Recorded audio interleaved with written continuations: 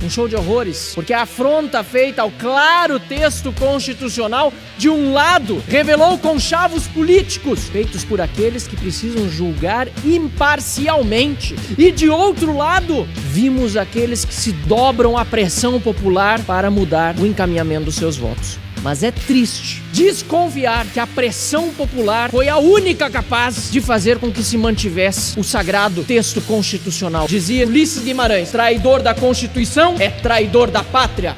Não há como vir a esta tribuna no dia de hoje sem fazer menção ao show de horrores que se observou no último fim de semana, desencadeado por um voto que afrontou a Constituição da República Federativa do Brasil, dada pelo relator, ministro do Supremo Tribunal Federal, Gilmar Mendes, e acompanhado por outros 4 ministros, dando ao senador Davi Alcolumbre a possibilidade que lhe era flagrantemente negada pela Constituição de concorrer à sua própria reeleição. Além desses 5 votos, 4 deles também deram a Rodrigo Maia a possibilidade, repito, de afrontar a Constituição da República Federativa do Brasil, concorrendo a uma reeleição ao cargo de presidente da Câmara dos Deputados.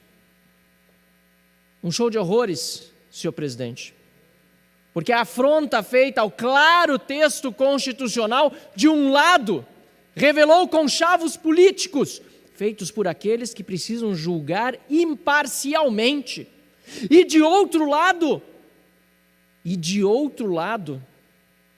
vimos aqueles que se dobram à pressão popular para mudar o encaminhamento dos seus votos. Pelo menos é isso que os jornalistas têm passado pelas notícias de bastidores.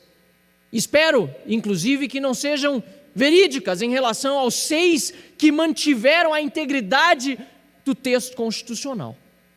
Mas é triste desconfiar que a pressão popular foi a única capaz de fazer com que se mantivesse o sagrado texto constitucional íntegro. Digo sagrado porque, em um Estado de Direito, é a Constituição e aquilo que nela está escrito que precisa prevalecer sobre as vontades dos homens.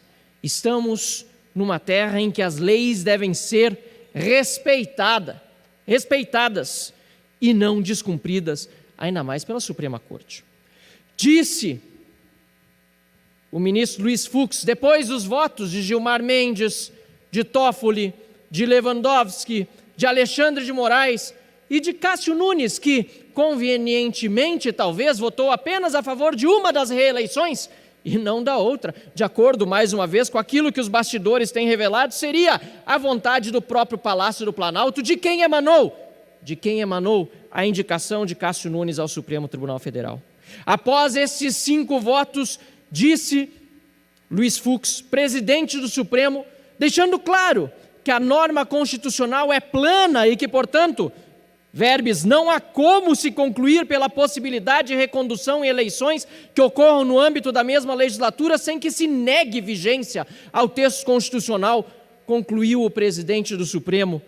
Com efeito, não compete ao Poder Judiciário funcionar como atalho para a obtenção facilitada de providências perfeitamente alcançáveis no bojo do processo político democrático, ainda mais quando, para tal mister, pretende-se desprestigiar a regra constitucional em vigor.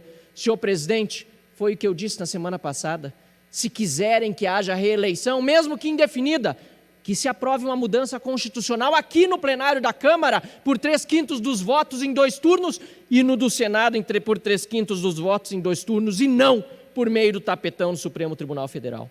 Para concluir, senhor presidente, quero fazer menção a um discurso célebre proferido da cadeira de Vossa Excelência no dia 5 de outubro de 1988. Para encerrar, senhor presidente, dizia esse discurso proferido por ninguém mais, ninguém menos que Ulisses Guimarães, que dá nome a esse plenário. A nação nos mandou executar um serviço. Nós o fizemos com amor, aplicação e sem medo. A Constituição certamente não é perfeita. Ela própria o confessa ao admitir a reforma. Quanto a ela, discordar sim, divergir sim, descumprir Jamais. Afrontá-la? Nunca. Traidor da Constituição é traidor da pátria.